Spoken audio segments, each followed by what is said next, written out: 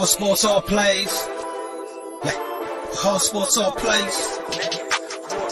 Whole sports all plays. 365, we making a plays. You talking the game, get you to the days. We're high in the court, the dime in the lane. Variety topics, living the same. All presentation, sports information. Hitting the airways, taking the nation. All sport, all plays, like working your faces. Grace at the field, so tie the laces. Whole sports all plays.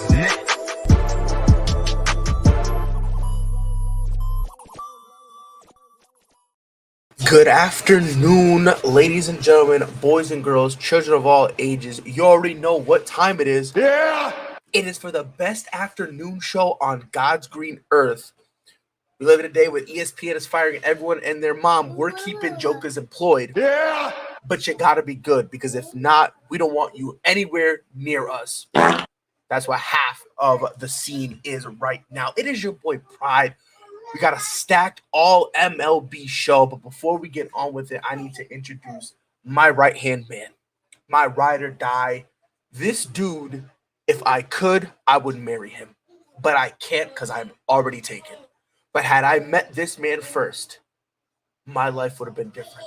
Ladies and gentlemen, the man that I have a secret crush on, Mike Hughes, my boy. How are you feeling today, my boy?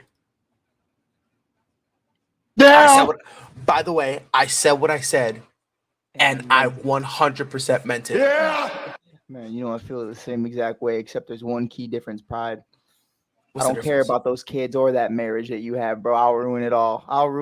We'll start our own. We'll regroup. We'll rebrand. It'll be like the White Sox right now. Yeah, we got a cool roster. Blow it up. Let's do it again. That's right. That's how I'm feeling right now. That's how I want you to make me. A lot of trades been happening, brother. The trade deadline has come and gone. There were some teams that made no moves. Some team made minimal moves and looked in the mirror and said, "We did that." God knows. Yo, Frankie was tight, by the way. Him being a Yankees fan. Oh, he was deep in his feelings. We'll get into the abomination that is the Yankees. But before all of that, Erod. Some people haven't even heard about this. Eduardo Rodriguez, a pitcher from the Tigers, who's having a very good year this year, might I add, a sub-3 ERA, shout out to him, was about to get traded to the Dodgers. And it was crazy because everyone forgot for a full minute that he had a no-trade clause in his contract. Oh. Like, everyone had forgotten all about that. And then right before he was sent, he was like, whoa. By the way, I got a no-trade clause. I'm not leaving Detroit. When asked, he basically put out an entire thing through his management team or his agent, I think it was, basically saying, look, my family is on the East Coast. We're fine where we are here. I'm not in the mood to just uproot my entire family and move them to the West Coast. Yeah. When in all actuality, I'm probably not going to get re-signed by this team, and then I'm going to have to move again. And he really wasn't all for that, which might kind of shows a very different perspective. Like, us as fans are always, our number one thing is for the players, if you want to be here, you need to want to win. Erod is kind of saying, look, bro, respectfully, like, I got a family. Yep. You know what I mean? So, like, you tell me, brother. Holla at me. What you think about Erod? You think he's making a good choice, or you think he's just being a dumb fanboy trying to cash in his $8.3 million? By the way, because everyone's trying to say he's making like top dollar money. Right. It's 8.3. Let's pump the brakes. Yeah. What are your thoughts on it, bro? Man, I think there's a lot of things that go into it. I think obviously I'm excited to throw it back at you in a minute after this because, you know, I do believe that Puig's walk-off homer and losing to the Red Sox in the World Series, or not losing to the Dodgers. The Dodgers in the World Series was definitely something to, you know, kind of answer that question for you. You know, you saw how frustrated he was during that. He smacks his glove on the ground, and obviously, you know, you just gave up a 3-run blast. So, you know, in the World Series, so it's definitely pivotal to that, and it's something that you have to look at and say, okay, that could definitely be a part of it. Why would you want to go play for the team that, you know, was busting your ass in the World Series publicly, nationally? But, you know, I think at the end of the day, you spoke on it so well. it's a really different when you're 23, 25 years old and you don't have a family and you get traded to a great organization in LA. I mean, who doesn't want to go there? But when you have a family set, when you're in a place where like, hey man, like we've built something here. Our kids go to school here. Our kids have conversations and they have their own worlds and their own friends. And his wife probably has her own job and her own career. It's definitely something you have to look at it from that perspective and say, maybe we're happy where we're at, even though that's Detroit of all places. It's definitely crazy to think that, you would rather be in Detroit, Michigan than Los Angeles. I mean, it's absolutely insane.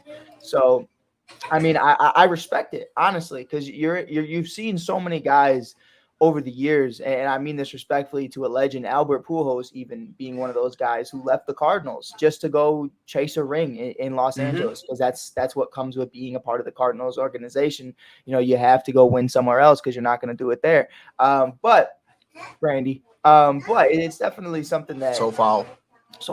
20 games back. Not as foul as 20 games back. By the way, just want to throw it out there. That's only been them in like the last 3 years. And guess what? I'm right. What? You know where I'm from? Such a hater. You know where I'm from? Oh my God. Let me hear it. Where are you from, Michael? Right here, right now. And that's all I care about. That's all I care about. I'm using that line, by the way. I'm from right here, right now. What you want to do about it? Like, come on. Oh, Lord. It's a beautiful, especially when you get into arguments. That's a beautiful way to start an argument. Oh, 100%. Like, where you from? I'll be like, right here, right now. What about it? It's like, and then all of a sudden, it's like the meme of Mr. Krabs with everything spinning around him, and he's all of a sudden it's that because they don't. You're crazy, but no, man. I respect Eddie so much for it. I don't think it was a great decision for him because he is going to be a free agent soon, and that is something that you have to look at and take into account to where. Where's somewhere that you could build your stock up? Where's somewhere that even if Los Angeles doesn't keep you, you can get that playoff experience to say for an organization to say he pitched very well in the playoffs. Let's see what happens. He could be a pivotal part to this team. You're not going to get that in Detroit. And the rest of the season for the Detroit Tigers is just pretty much just kind of just there. You know what I mean? It's kind of like those last 2 weeks of senior year in high school when you're kind of just hanging out and there's no real assignments. There's no real finals. Like you're just there. And that's you're really there because you have to be there. Yeah. Like you're just trying to fill out, get the check, do what you got to do, check all the boxes. I was present today. Like, and that's it. Like no one cares how the rest of the season plays out for the Detroit Tigers. And that's just respectful. And you're not wrong. You're really not. And the thing is, by the way, before he has after this year 3 more years on his contract with the opportunity of an opt-out next year. Yeah. But also something to to take into consideration. If you do very well, you can opt out and make a bunch of money. And cash in. So it's kind of like a situation where it's kind of like for me, had this been next year, I feel like he probably would have opted out and explored free agency and said whatever. You know what I mean? I just think it has a lot to do with the fact that, again, for as nice as he is, don't get it twisted, I do like him. Right. He's a very good, solid, quality pitcher. But the reality of the situation is once you start getting into like again, Justin Verlander and Max Scherzer, those are what we call anomalies. Like people think, oh yeah, when you start getting older, you're a better pitcher. No, the reality is you're looking more like Bartolo Colon, where the only reason people keep you around later in your career is because you're a fun guy. That's kind of the reality of when it comes to pitchers, right? Mm-hmm. Most of the time you're out here looking like Chris Sale, right? By the way, I give up. I'm throwing the flag in with Chris Sale, okay? Because I'm getting sick of Boston, the social media page of the Boston Red Sox. Hey, yo, Chris Sale. Yo, in Double-A, my man was cooking. He was it, bro. Yeah, he was fuego. All right, let's get him on the mound. Tore clavicle. Oh my God, this move. Like it's to the. What did he just do recently? He broke his hand riding a bike or something. Like I don't know, bro. I that's the part about it where like when he's hurt, I just assume okay, man's dead. Yeah. Have you ever played 2K? Yeah. And like when the guy gets hurt, and it's the most wild injury, but he's somehow playing through it. One time I was playing as Chris Porzingis, and he said he broke his neck, and my man is still running up and down the court. That's Chris Sale.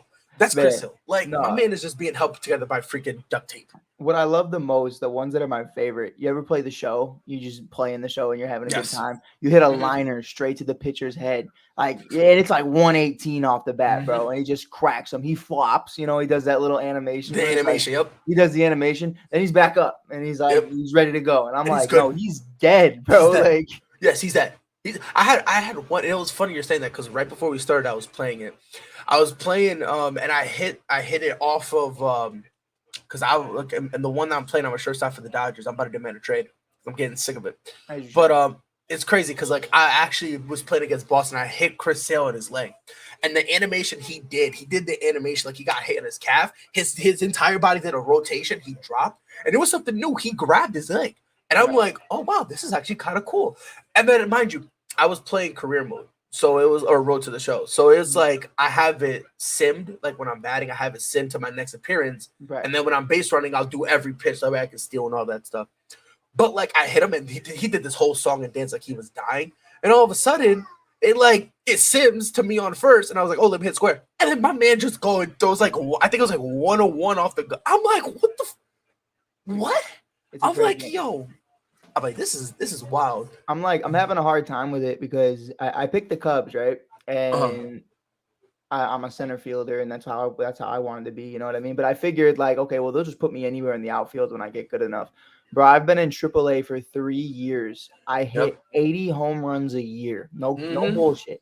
80 home runs a year in the minors, and I haven't been brought up. And I'm just like, I'm just not good enough, bro. I'm batting 350. Like, what do we? Let me ask you. Have you hit 81 home runs?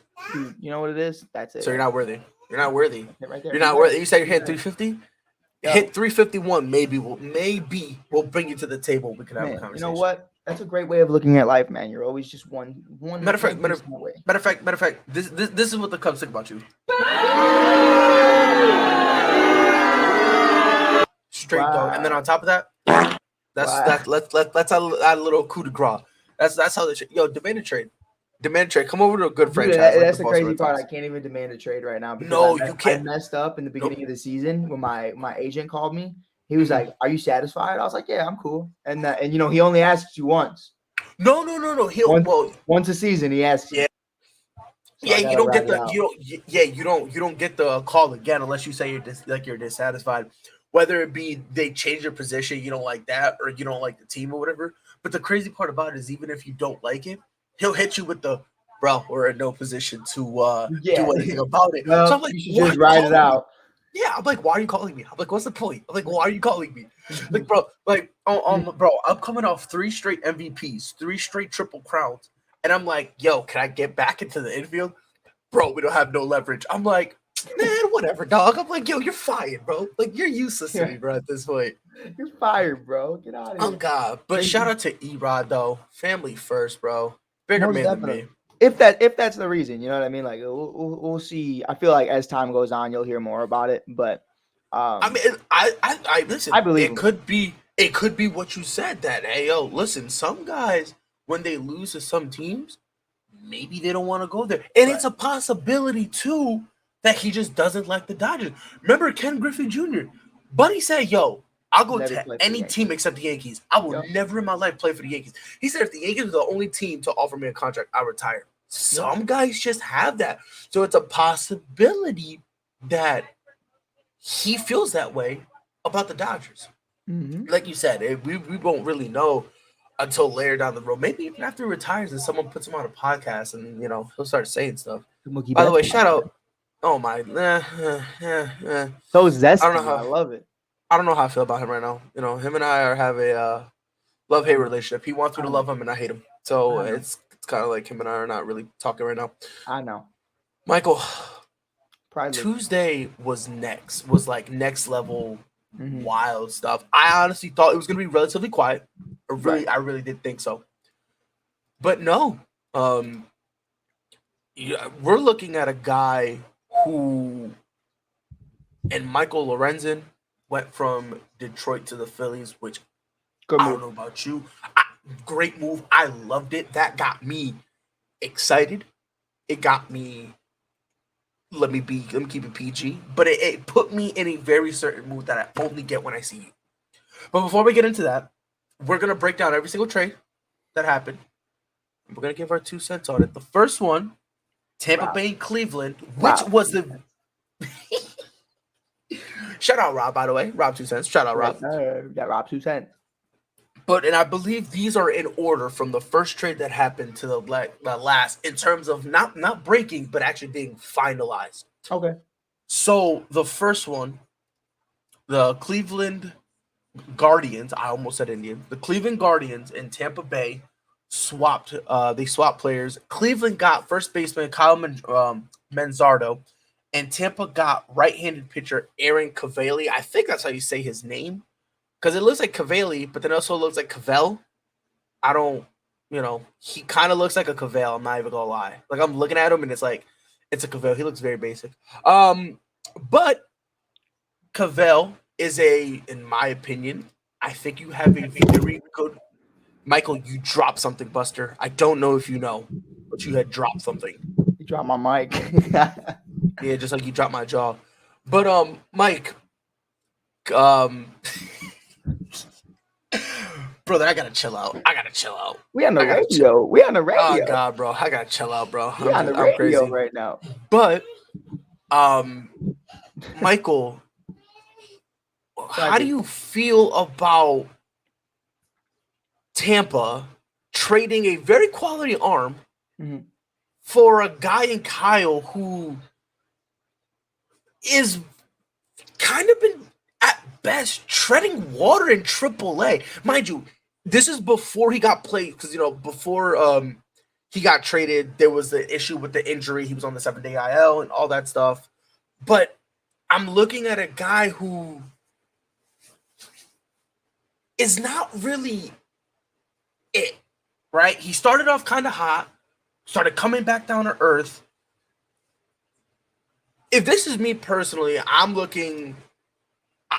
I like the fact that Tampa got moved on from Kyle, so I think that's kind of cool.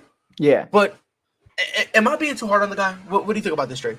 No, I think, there's a lot of conversations about it, and there's so many different ways you can look at it. Not to fast forward too deep into the deadline, because this is obviously something that happened towards the end, but, it made a lot of sense for me at first for the Guardians, because I thought, okay, the Guardians are going to be getting a solid arm. They're going to be trying to make a push in one of the, if not the worst division in all of baseball. Easily. The AL Central is just a shit show. I mean, an under 500 team in the Minnesota Twins right now are currently first. And that's really what it is. You know what I mean? And you got teams that are under 40 games back, still got a shot to potentially make a push. That's how bad it is. But, you look at it and you understand that, and you say, listen, it makes sense right now because you're bringing in an arm. You got some big playoff type bats.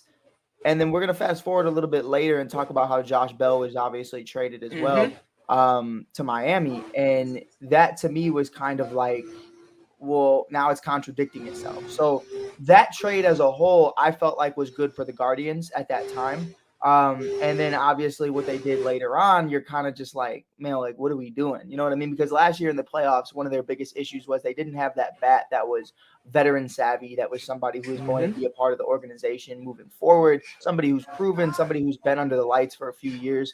And to me, that was Josh Bell. I've been very big on Josh Bell. I wanted him to be a Cub instead of Trey Mancini, and God bless, Trey Mancini's gone. God bless. He's going to be a Boston Red Sox tomorrow. But probably. But it's definitely something to where I kind of understood it from Tampa's point of view, because I thought Tampa was going to go after another arm. I thought, if anything, the deal with Marcus Stroman could have potentially been dealt. I definitely thought they were in on a guy like Shohei Ohtani. They obviously just don't have the assets or the financials to resign somebody like that. So there was a lot of things that constricted that. It was just kind of like a tick for tack kind of move. You know what I mean? Like, you addressed something, but you also took something away. And I think that's something that kind of contradicts itself in the game, but it's worth a try because it's better than what the Guardians have going on right now. And Tampa is in a position to where, I mean, you have the best pitching staff in baseball. They can make somebodies out of nobody. So I'm sure they have a bunch of guys in AAA, AA that are just ready to come up and have a sub-2 ERA. And we're going to be like, where'd they come from? And it's like, no, it's Tampa, dog. Like, that's exactly. Right. They'll go to Boston or they'll go to Chicago and be doo-doo in the butt. Yes, But sir. in Tampa, they are amazing. So it's just what it Mhm. is. I just think it has a lot to do with the fact that,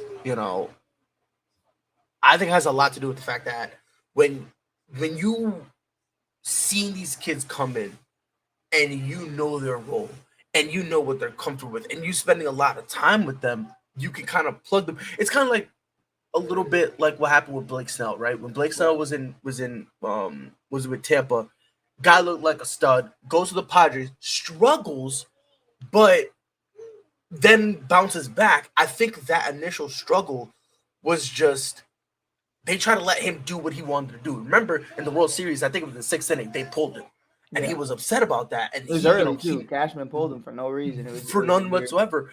And I think the San Diego at first kind of was just like, oh, we'll let you go out whenever you want. Henceforth, why I saw a lot of these horrible performances from him, because there's a lot of times where in the sixth, seventh inning, he's given up 2, 3 home runs back to back, or in a small span, and it looks like, man, he looks horrible. He looks no, it's just when you got to understand, bro, when you're reaching 80, 90 pitches heading into the seventh inning, that's an issue.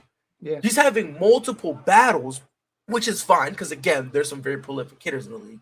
But when you have multiple battles and you're hitting 90, 95 going into the seventh, that is terrible. That is terrible. You know what I mean? It's terrible, especially considering the fact that, like, Blake Snell loves to go fast. Pause. Right? He's like me, right? Just in and out, do your business. Let's get out of there, right? Right. But we're going too far. I will say this before we move on to the next trade. I love that for Cleveland. I agree with you. It's weird, perplexing. What are you doing? But I love this for Tampa because not only do you have another arm, another quality arm, but now injuries in terms of coming out of their bullpen is a concern that with each passing day is honestly meaning nothing. Because now you have a couple guys in your bullpen who you won't use because of how deep you are. Right. Now, when you start getting into the postseason, right, when you're in the pennant and you got to start, man, I gotta pitch this guy, but then he can't pitch again tomorrow. All this stuff. Now, this stuff is making you kind of be a little more willing to be a little more creative because now you have an extreme amount of possibilities. Right. So, whether or not this trade will help them this regular season, it remains to be seen because it's a possibility that Aaron probably won't get any pitches. He won't get any throws only because of how deep they already are.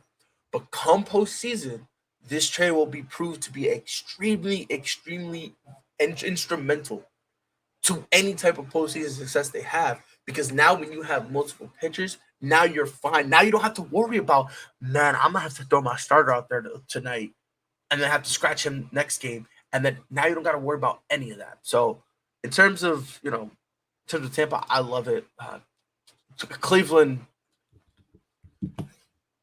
bless your heart, question mark? I at that point, brother, I don't really know. Rebrand again. Board. On God. Board. On God. Board. You're not wrong. But the next trade, Arizona acquired, and this was a trade between Arizona and Seattle. Arizona acquired Paul Sewald from Seattle. Mm-hmm. And in exchange, Seattle got Dominic Canzone, who's an outfielder, infielder Josh Rojas, and infielder Ryan Bliss. Again, I think it's another situation of a very solid pitcher on the move, and just I don't understand why. If I'm wrong, check me, okay? I really want you to look at me and say, Pride, you're bugging if you have no idea. But I know Ryan Bliss. If I'm mistaken, I think he's the one who's a top 10 prospect. Right. Which, okay, I get that. I don't understand the other two, that being Josh Rojas and Dominic Canzone, Right. Because again, these are guys who are just, for me, Josh Rojas is just not good. And Dominic Canzone is just a guy that you just throw out there when you want to rest somebody. Right. A game that you don't care you lose. And if we lose, oh well. We Right. just need somebody out there while we rest while we rest someone that we want to rest. So this right here, to me, I'm be honest with you. When I said about Tampa Bay and Cleveland, copy and paste here. Because this, in my opinion, makes absolutely no sense to me. Obviously, it makes all the sense in the world for Arizona. Right. Because Arizona is now in a situation where they Great believe move. they have, they believe they're in a very, very good position to win, right? So shout out to them. They're still in the thick of the NL West. Granted, even if they don't win it, I think they can still snag a wild card. Right. They're 5.5 games back right now as well, so out of first place. So anything can really happen. Right. They got the Seattle- talent. So go ahead. Seattle right now is 6 games back, so it's kind of the same range. But I will point this out. You notice the Rangers got Max Scherzer. You notice Justin Verlander's back with Houston. So those are the two teams that are ahead of, obviously, the Mariners. When you look at a guy like Paul, and this is the only point I wanted to make, he's on a 1-year, $44.1 million deal. You understand at the age of 33, he's not going to be like your pivotal piece moving forward. He has a 2.93 ERA on the year right now. So I think that's something right now for, if you're Seattle, you got a top 10 prospect out of Arizona's pipeline, which is a pretty good pipeline in return.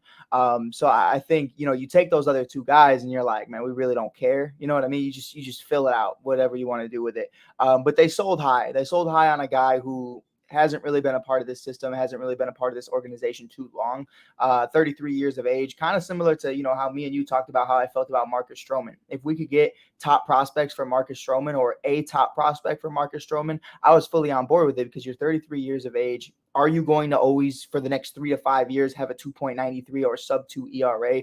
It's very unlikely. So I think it was a good move for Seattle in the grand scheme of things. You're third in the division. You're 6 games back. Houston became a juggernaut again. You look at what the Rangers have been able to do. I mean, I'd go as far as to say as if Jacob deGrom didn't go down, which we all knew was going to happen. But if he didn't, you're looking at a team that has to be the World Series favorite. And, bringing in Max Scherzer, if they could somehow fix that and kind of get him back to even a shell of who he used to be. I think it would be very interesting to see what that team could potentially do come October. So I think Seattle's point of it, Kelnick obviously broke his foot kicking a water jug can. Pride. I mean, what are we talking about? That is, I don't even know. You have anger issues, bro. Like, I'm sorry. I don't know what to tell you. This is the 3rd time the team's told you got to control your anger and you kicked a water can because you can't hit baseballs. I don't know why you're mad, but Be mad at yourself. Don't be mad at anybody else. Pride, give me the shit button. Give me the shit button. Oh my Lord. You really want me to hit you with it? I want to hit me with it. Matter of fact, threesome. Pause. Resume. Yes, sir. But it's definitely something that I think it was a really good trade. I think so because, and that's the point I wanted to make to you was Seattle's just in a place right now where it's like, yeah, we don't care. We do not care. Like, you know what I mean? Like when with Cleveland, it was like you made that move assuming that you were going to just continue to try pushing for the division. Then immediately the moves you made after kind of debunked that and it kind of contradicted itself. So it was like, right. But you're right. You're right. At that time, it seemed like, okay. It was okay. It's a reach, but we'll take this walk with you. We'll go on this ride. We'll see what happens. You got to switch it up. You got to switch something up. Right. And honestly, I'm with you. And me personally, I think I'm more disappointed in the fact that Seattle last year was prime. Like, remember last year we were talking about Seattle. Bro, we were talking about Seattle and Toronto this year making the push needed. Now, obviously, we're going to talk about Toronto in a little bit, but for Seattle, man, it's extremely disappointing, and it's very perplexing to me. I don't understand why you would want to move on from a very quality arm, and those are very hard to come by. Right. Why you kind of want to do that? You know what I mean? I think it's something, we spoke about it, and I've been preaching this. I think it's very important when you have a bunch of young guys coming up, right? that there is a precedent set, that we have pillars that are going to be able to win now. You know, we've had these conversations, me and you, I mean, have had these conversations. What David Ross and John Lester were for both the Chicago Cubs and the Boston Red Sox was huge. It was huge. And those guys knowing how to win, those guys being in the league as long as they have, it's important. When the Cubs bring in Ben Zobrist, Jason Hayward, you know, at the time, you know, in hindsight, woof. But, you know, at the time, it was big. You bring in a guy like, obviously, a Aroldis Chapman, and you understand that, you know, we're bringing in these pieces so when these young guys can't hit or these young guys are going through slumps, that we can be the best versions of ourselves. And we saw Toronto do it. We saw Toronto bring in guys. Obviously, they have Alex, who's just completely fallen off the rails. I mean, just a horrible pitcher. I mean, Manoah is just absolute. I don't think that's a whole different podcast. He's a detriment. He's a walking detriment, bro. I don't know what. I just saw him hit somebody in the face the other day. It was absolutely horrible. Dude. But I think that kid's gonna miss the rest of the season now. It's crazy. But insane. With that, though, you know, you saw Toronto go out of their way to get a George Springer, to get a Kevin Gausman, to get all these different pieces. Seattle, they tried. You know, they try to bring in the Robbie Rays. They try to bring in these guys that are going to do well. And it's just not the young guys that they looked at last year. And this is why I think it's so important to actually bring in top free agents. They were kind of quiet when it comes to the offense during the offseason. And I think what you need to do is really align them. So just in case somebody doesn't work out, there's somebody right behind them that'll be able to back them up. And they really didn't set themselves up in that position to succeed, and neither did Cleveland. Cleveland just thought, oh, we're going to have some guy walk up to a SpongeBob theme song and it's going to be great and we're going to ride off into the sunset. No, like, you didn't bring in top free agents other than Josh Bell, and that's why you're not succeeding right now. Yeah. And I'm kind of glad that you brought up. My boy is mad. No, that's my daughter. She doesn't feel good right now. My girl is mad. Okay, baby girl. It's okay. But, excuse me, we've been talking a lot about Toronto, so let's bring them up. Because I think arguably this is one of the great moves now. It's going to be a very sticky situation later. Right. They decided to bring in Paul DeJong, Pong DeLong, Rod Van Hugenlong, right? Yeah. And cash in exchange for Matt Svanson.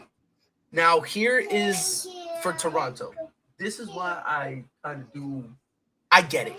Bo Bichette is hurt, and it's supposed to be something, I don't want to say long-term, but long enough where they felt a trade was necessary. And Paul DeJong, you're getting a exquisite, beautiful replacement. I love it.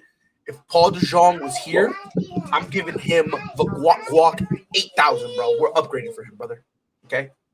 But here's the problem I have, why I'm not going to say I don't like, but why I'm hesitant on this trade. What do you do when he comes back?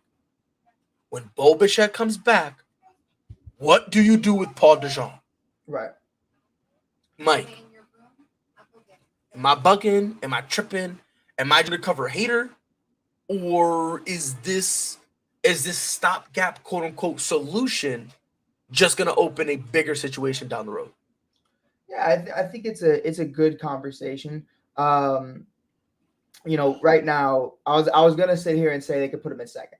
Whit Merrifield right now is batting 296. You're not gonna mess with that. Nope. And honestly, he's in a slump right now for the last 3 to 5 games, and he has no hits in he has 1 hit, 2 hits in the last 5 games. Pardon me, and he's still batting 296. So I mean, you love to see it. You know, he's just one of those guys that you need to have in an everyday lineup. You could DH him. You could have that conversation. You could have him come off the bench. I mean, he's a great utility guy. He's somebody that you can believe in. He's somebody that I think, you know, moving forward, you could say is going to be a big key part to October. You know what I mean? And that's really, as much shade as I throw to an organization like the Cardinals, they do have experience in October, and Paul does especially. So when I look at Whit Merrifield, Sir, can I trust you? You know what I mean? Can I trust you? Like, if I can't, it's okay. I got Paul. Paul, if I can't trust you, I got Whit. I think it's a great combination. And I think depending on the matchups, you can start to see that. And you know, a guy like Merrifield in a slump right now, I think it's a great thing to where, okay, if you need days off, we can give you days off. You know what I mean? Right. If you need this, we can give you this. If it's a lefty matchup, we can give that. If it's a righty matchup, we can give that. If it's just a matchup thing, whatever you're seeing, we can do all of it. I think right now Toronto's in a situation where there's really no excuses other than Manoah. It's really it's the one guy that you thought was going to be your Cy Young, Jake Arrieta 2016 type guy who just kind of comes out of nowhere and is just an ace. And unfortunately, it just hasn't transitioned to be that. He looks like one of the worst pitchers in baseball. Seeing this guy in AAA just get lit the fuck up. It's absolutely insane. But it took 36 minutes for me to drop an F-bomb. I need a golf clap in the room. And it was because of Alek Manoah, so it's not even that bad. But it's definitely something I think is going to benefit them. I mean, Pride, it's a good problem to have when you got too many pieces. You know what I mean? It really is. It's better than Bo being out right now and saying we have nobody to replace him. You know what I mean? Like I would rather some guy who can bat 280 sitting on my bench than some random AAA guy in the middle of October just hoping he doesn't get called up because he doesn't want to mess it up. So here's kind of the issue right now, right? Their DH right now, basically, who's like the main DH is Brandon Belt. Right? He's batting, solid. I think like 250. Right. It's solid. Let me ask you this. If I'm tripping, I'm tripping. I dropped my ball. It's okay. If I'm tripping, I'm tripping. It's not. What about putting him in the outfield? Paul is young? The young? I would heavily consider it. I mean, obviously, I would have him now. But why though? Would you rather have him on the bench? So, are you asking when Bo is back or now? Yes, I'm talking about when Bo is back. Well, I think you have to have a conversation. This is not trying to dodge the question, but first I need to see how you are right now. You know what I mean? Okay. Like, what are you producing right now? If it's like average, you know what I mean? If you're batting average, if you're just kind of there in the middle of the lineup kind of guy, I'm then cool with not really riding the bench. Okay.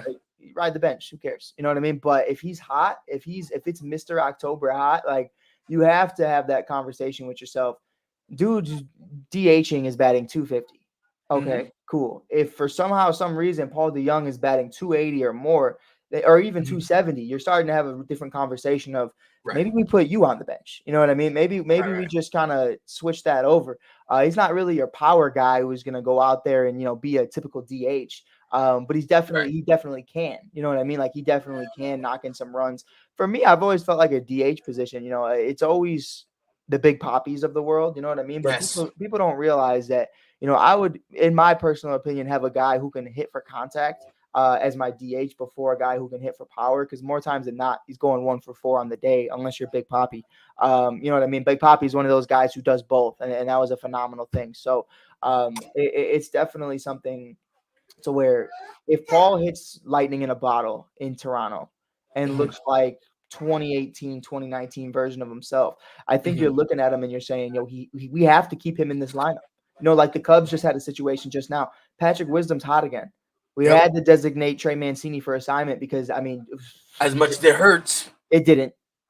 For you anyway. It might have hurt Trey. But it didn't hurt me. Nah, you're right. Yeah. Let me stop being nice. Batting 230 with 4 home runs. Bye. Can't play first. Bye. See ya.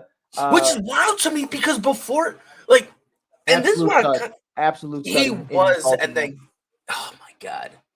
And I don't know what was. I don't even think it was really the cancer thing that kind of really destroyed him because even after it, he kind of struggled a little bit, but when he got comfortable, it looked like he was picking up right where he left off.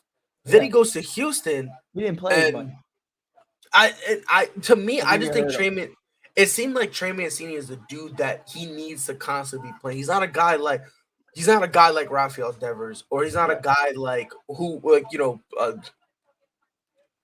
else can really just come off the bench and be fine? Maybe Aaron Judge. Maybe. Maybe, you know what I mean? But there's a few guys that we just non-bench players, but I hear you. You got the juice, you know what I mean? Aaron Judge coming off the bench. Yeah, totally. He's a bum. He deserves it. He's a bum. Yeah, totally a bench guy.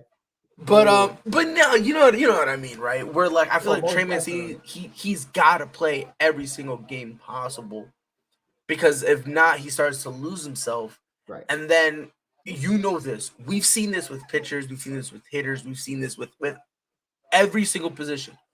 Once you lose yourself, the process, the path, the journey to find yourself again and find your comfortability again, it's not easy. Some guys are lucky and they're able to like decapitate themselves and then rise back up and go, all right, let me go through 9 innings, no problem, and then throw my meat on the table and I'll pipe your girl and have you in the corner like Adam 22 just watching, right? Like, it's wild how some guys can do that. Trey Mancini, unfortunately, isn't one of them. I want to talk about a guy you had name dropped earlier, Josh Bell, who I love Josh Bell. I think you would agree with me. Coming into the league, everyone had high hopes and expectations for this guy. Mhm. Don't want to say that he's not reaching them, but I just You're right. I think it's not wrong.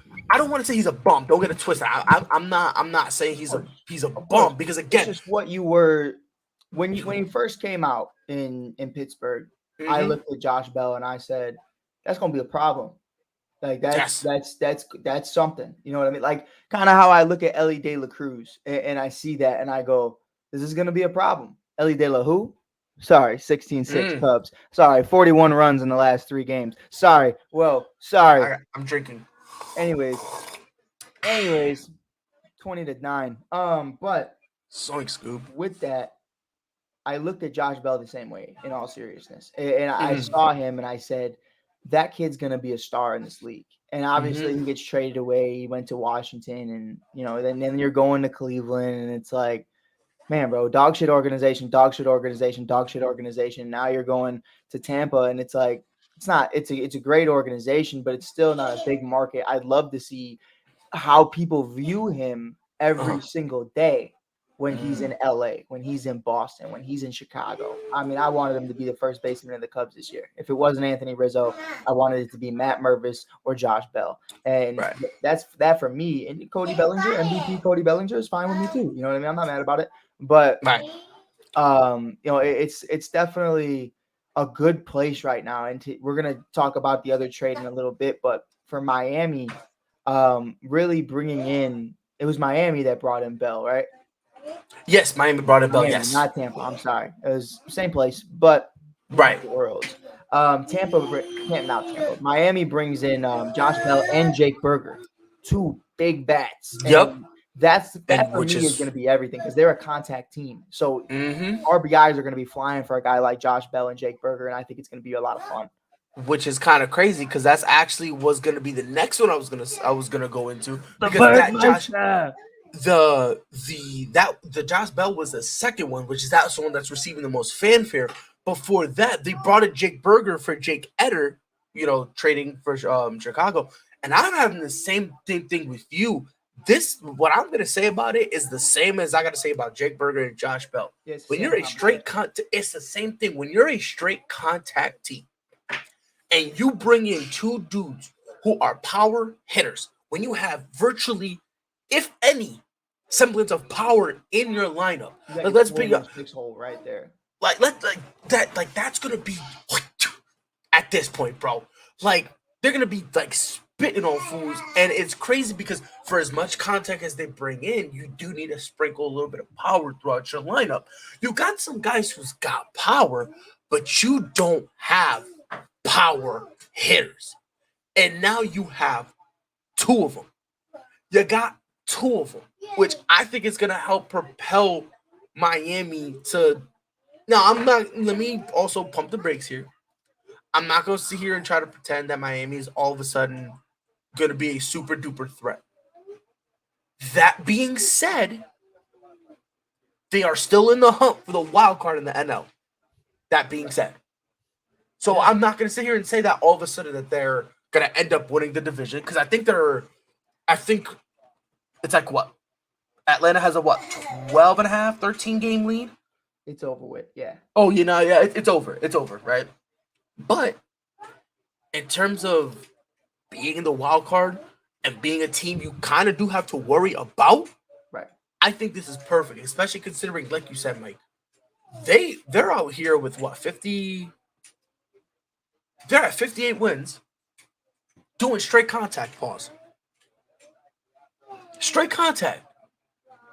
That's kind of been their thing. And the biggest problem that they have wasn't really getting guys on base. It's just been getting them back home. Right. That's been their issue because they just don't have the power. You got two guys who can do that now. And I think that's going to be absolutely beautiful. It's going to be beautiful. Miami is becoming a very exciting team to watch. Yeah, very. They're becoming a very exciting team. I'd like to point out our first comment that I've actually noticed. Which one? Great balls of Ray-Ban fire. said, "World champion Nets." That's what we were talking about. Keep holding on to it, Ray. Keep holding on to it, brother. Zoink Scoop. You're Last one for a foul. while. You're Last foul. one for a while. You're All so right. foul. I don't know what you want me to tell you. Are you done being a bona fide hater? Are you I'm done? not, listen, I'm not. But you know what? You know what it is. He's not. I love Ray. You can check out Ray's show on Friday nights on the ASAP Network. It's a great show. But Ray told me that Jordan Poole and Kyle Kuzma are better than Zach LaVine and DeMar DeRozan. So I'm just hating on everything Ray Well, said. I will say this. What? I will say this. What? I'm gonna say What this. are you I'm gonna say this. say? I'm gonna What? be honest here. I'm gonna be 100% honest Please here. be honest. I think you can make the argument. No. Wait, hold on. When I say this, you're gonna go, okay, maybe. You can possibly make the argument if your main point is availability. I think that's the only time you can really make that argument. Because that's about the last couple of years, Zach LaVine has been, he'll play a game, miss 3, play 4, miss 2, that type of thing. You know what I mean? Listen, man. So I think if you're talking about availability, I think you can probably make that conversation. Right. That being said, Kyle Kuzma's dog shit, Right. and Jordan Poole finna get exposed. What's up, baby boy? So just to counter that, before we Go get on, back into baseball, Please, feel free. 2022, Zach LaVine played 67 games with a broken hand. Makes sense. Not a lot of games, but it's still a good amount. This year he played 77 out of 82. I don't want to hear it. I don't want to hear. He missed 5. What about the year? games. He missed What about 5 the year games. before that though? The year before that, he played Yeah. 58, and that was when he broke his hand. But that's what I'm saying. But that was 3 years ago. Of the last 3 years, Check it out. two of them have been last injury. 3 years. Last 3 years. 2 of them have been injury riddled. 77 in 2022, 2023. 67 in 2021, 2022. By the way, I just wanted to let the show. If anybody else plays like under 70 games, you would call them injury prone. But because of Zach LaVine, you're gonna give him a pass. Go ahead, have fun. I'm just saying, but it's Hop not off. like missing hella games. You know what I mean? Now, But it's when still you- missing when you- enough. But the only time I've ever made that argument, by the way, which I know what argument you're talking about, is when you compare Jokic to Embiid, and I'm like, bro, like, what are we talking about? You know what I mean? Like, Jokic played 82 of 82. Like a fucking, and then you got Embiid who's like, I averaged 30 points, and it's like, you played 25 games. Pride can average 30 points if you just give him one good game. On God, bro, I'll retire All I'm after saying. that. All I'm saying. But Jordan Poole, hey, you're available. Cool. What are you doing when you're there? No, but that's what I'm points? saying. Zero But that's what I'm points. saying. After when it comes to like past the availability thing, I'm not with it. Bugging. That's all I'm saying. I'm saying like if you're specifically talking about availability, okay, sure, you can make. And mind you, I'm not agreeing with you. Right. I'm just saying you can make something of an argument because of the fact that they're actually on the court. You know what I mean? Right. You're more likely to give me 12 if you're actually on the court and playing. You know what I mean? Right. That My big being thing said, is the only in terms thing, of go ahead. my last thing, you got 2 All-Stars and a Hall of Famer in DeMar. Now, no way is DeMar a great playoff player, but a Hall of Famer, I think we can all agree. I don't know about that one. You But have we can that talk about that conversation. later. Well, everybody gets in the Hall now, but you Good have 2 point. Good point. All-Stars. You got it. 2 All-Stars Yeah. versus what? 2 guys who have been traded 3 times. In the last Respect sorry. them. We're talking about 2 guys, champions. champions. They're champions. Champions. They're champions. Got fucking Jordan carried. Poole. Carried Jordan by Steph Poole. Curry and LeBron James. Don't put too much detail. in Yes, there, I okay? can. Hey, listen. Don't let a good story get in the way of facts, bro. I'll Facts. tell you that. Oh God. Oh, I want to hear you guys have that back and forth because that Man, back we and could forth. do it. We could do it. I want to hear it because that would be Man, absolutely I'll go to war. hilarious. I'll go to war for DeMar, bro. I really will. And Zach. I always throw Zach under the bus, but I'll go to war for him. I talk a lot of shit, but those are my guys. All right. So this is the other trade I wanted to talk to you about, bro. Both from, you already know where this is going. Both from New York, the Mets. They decided it was a great idea Bugging. to. Was mad prick out here. You heard? I don't know what in the wild blue yonder these jokers was thinking about, bro. Bless their heart, though. Bless their heart, because whatever they thinking, right? Because on the 29th, they sent Max Scherzer and cash considerations, who gives a shit, to Texas. Okay. It was weird. It was perplexing. It was very. Go ahead, be fair. Luis Acuna? That boy, brother of Ronald Acuna Jr.? Oh, yeah, Luis on him. That? Absolute dog. Don't get it twisted. He's a dog. He's not Max Scherzer yet, though. He's got like. And granted, I know they play different positions, but still. Right. He's a 25 home runs a year, 40 plus stolen bases kind of guy to me. He's not MVP Ronald, but he's well out of the way. I was about to say, like, even if he's not MVP Ronald, the numbers he's putting up it's still he's something that I'll take it. Right. You know what I mean? It is. But this is kind of where I didn't. And this is not, it has nothing to do with me hating Acuna. Right. It's just perplexing and very, very, very confusing. Can I try to take you there? Can I try to take you but I am willing to take that ride with you. Explain it to me. In order to do that, I also want to speak on the other trade. Justin Verlander going to Houston for Drew Gilbert. GBO, go Big Orange, Tennessee Volunteer. You'll love to see it. Who was their first round pick last year. But Drew is an absolute stud. I've gotten a chance to talk to him on the ASAP network with Jim Cross, Randy Jowers, and DB. We've interviewed him before, Evan Russell and company. So it's so beautiful that I don't have to buy a Houston Astros jersey to get Drew Gilbert's jersey. Now I can get a Mets one, which it also isn't great, but it has more respect to it. Very little, but some.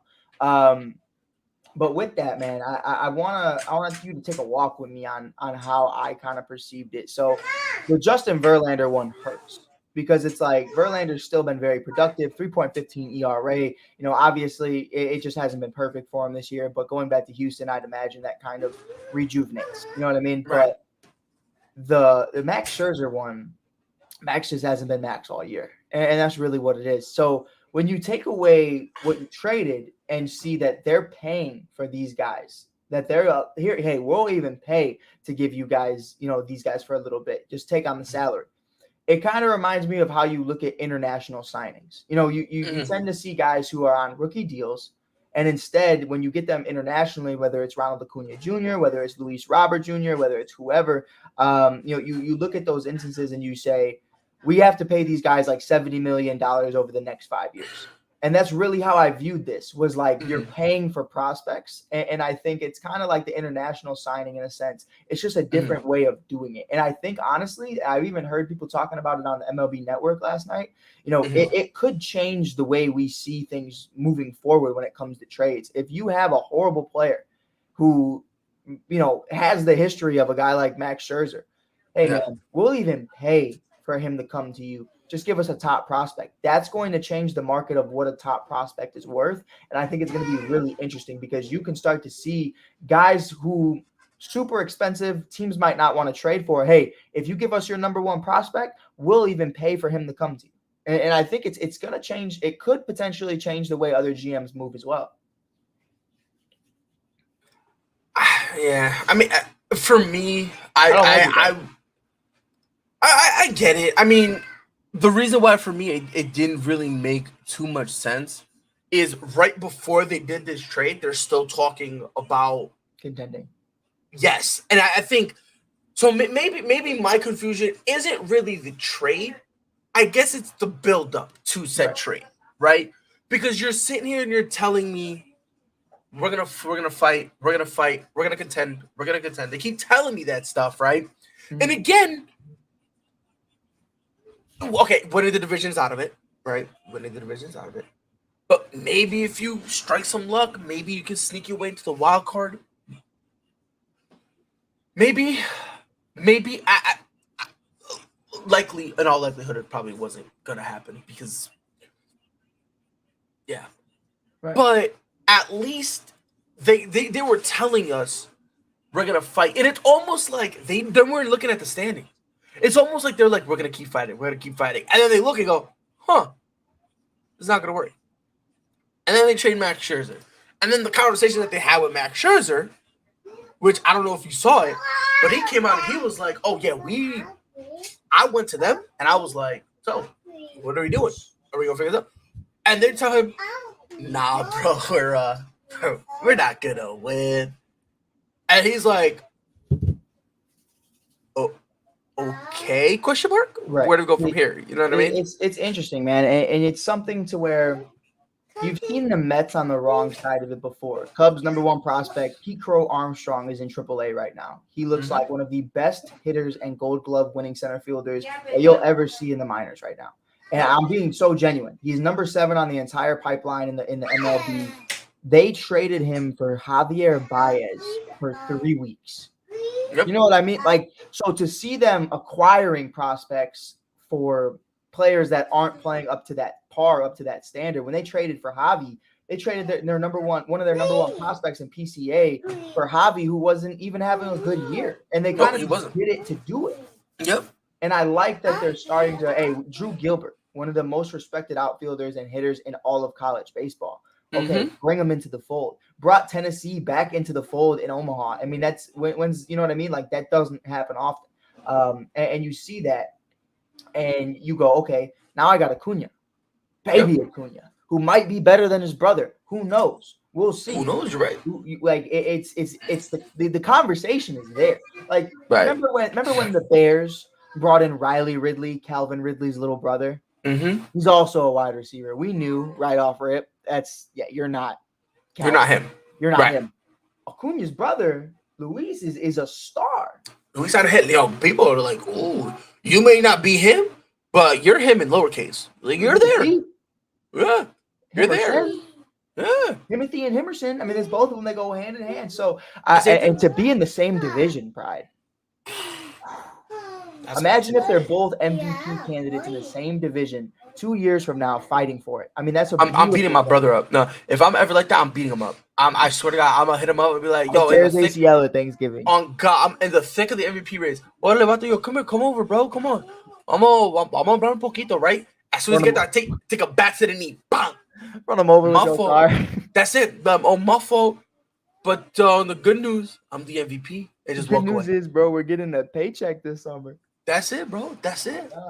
But another trade I wanted to talk to you about. This one. Actually, I had one for you. Please. No. Michael,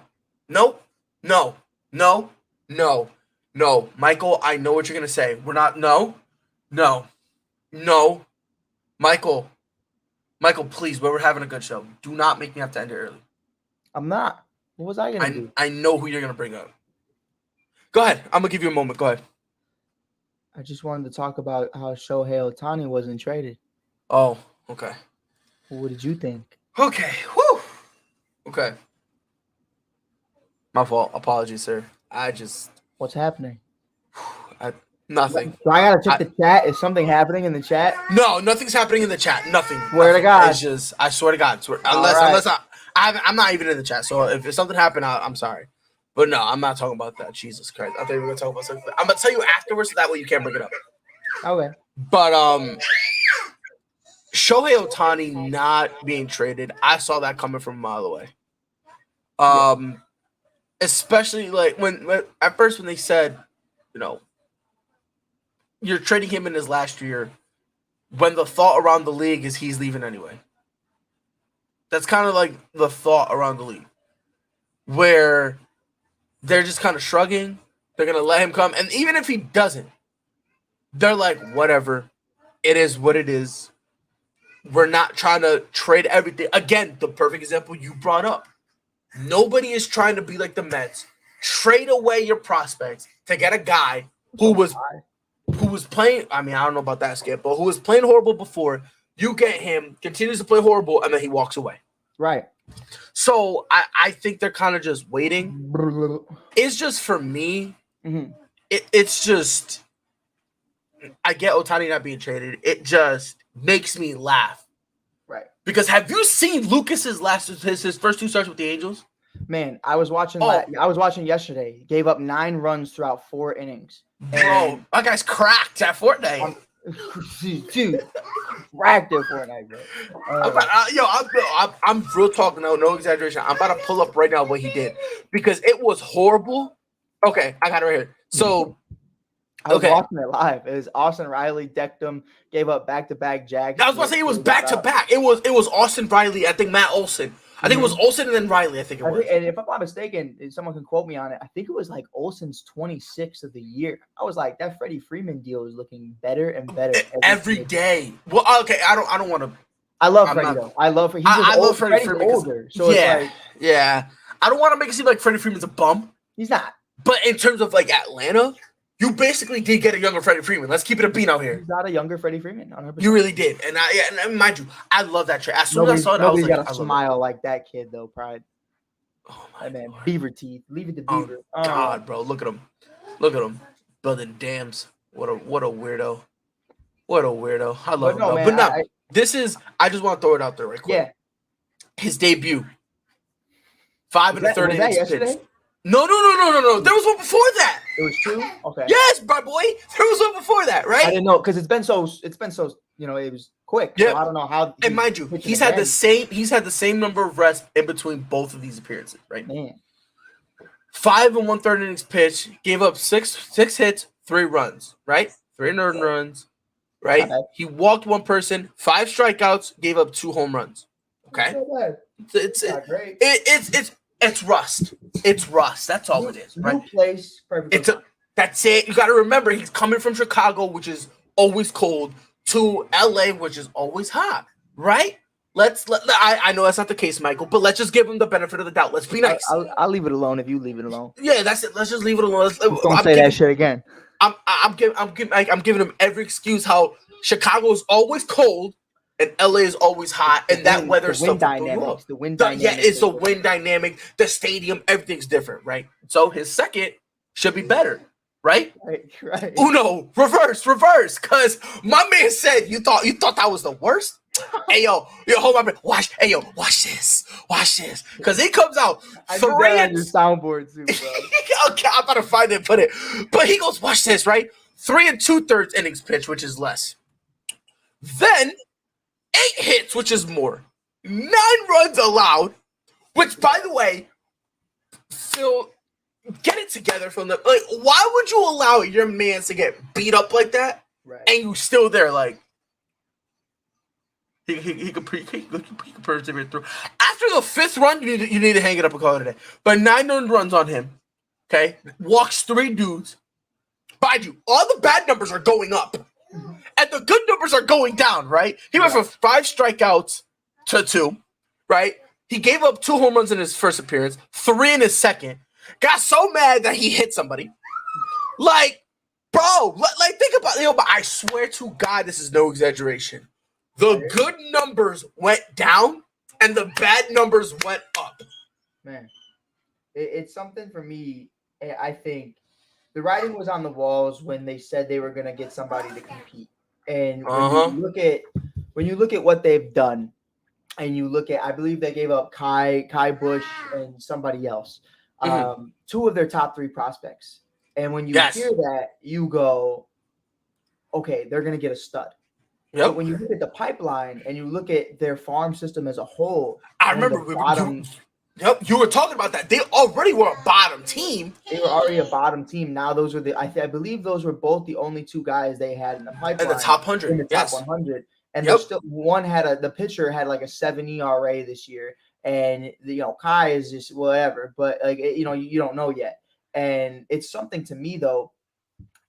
When I hear the Chicago Cubs traded for Shohei Ohtani, they traded 2 top 3 prospects.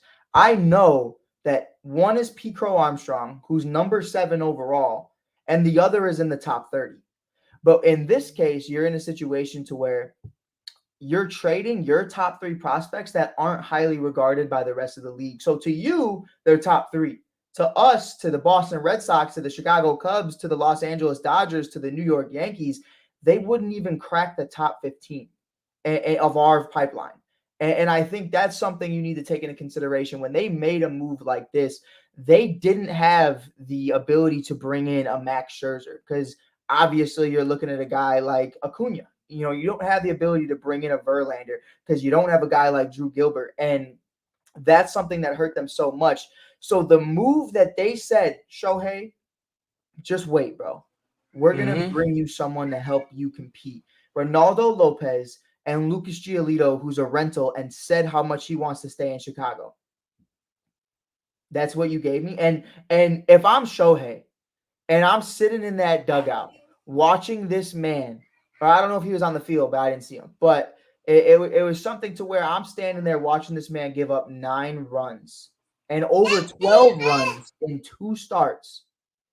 I look at that and I go, these are the reinforcements, bro. Like that's what you brought me. And it was so funny, Pride, because when they made it's on my TikTok. I got to send it to you. I had to make a video about it.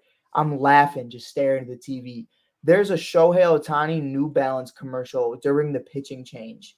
And it's Lucas Giolito headed back to the bench. And it's like, it killed me, bro. It was like, yeah, he's gone, bro. He's gone. Yeah, I believe it. And the thing is like, it's like, and I think Ohtani doesn't really, I don't think he's like angry or anything. No, I think he's like, it is what it is. I'm gone. He's like, I'm gone. It's like, it's fine. It's not a negative thing. You know what I mean? And not to cut you off, but like we see that so many times with the Manny Machados of the world, the Bryce Harpers. They feel disrespected by the organization because they're not getting paid. This has nothing to do with financials, at least as of right now. You know, this is strictly just, we fucking suck. Like, we're so bad. And you look at the pipeline and you go, it's not getting any better. Like, this team hasn't made the playoffs in how long, Pride? A decade? At least. Was Mike Trout even on the roster?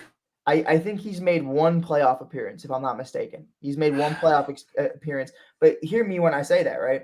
You've made 1 playoff appearance. So you should have a bunch of studs in this pipeline that are coming up. You've been bad for a very long time. Very long time. So where's the prospects? The whole farm system, the whole scouting department, they're all awful.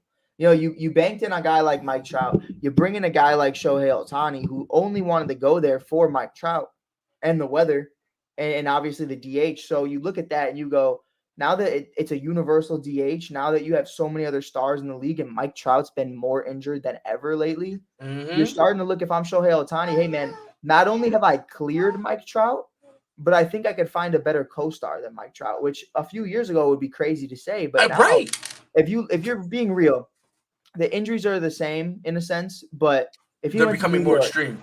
Right. If you go to New York and you team up with Aaron Judge, I think that's better than teaming up with Mike Trout right now. I don't think so. With the New York Yankees organization, I think it is. No way. Because they're going to bring in the pieces. No, they're not. But that's the problem. They bring in the pieces and they suck. No, but here's what I'm trying to tell you, right? Would you rather suck with potential or suck knowing that it's never going to get better?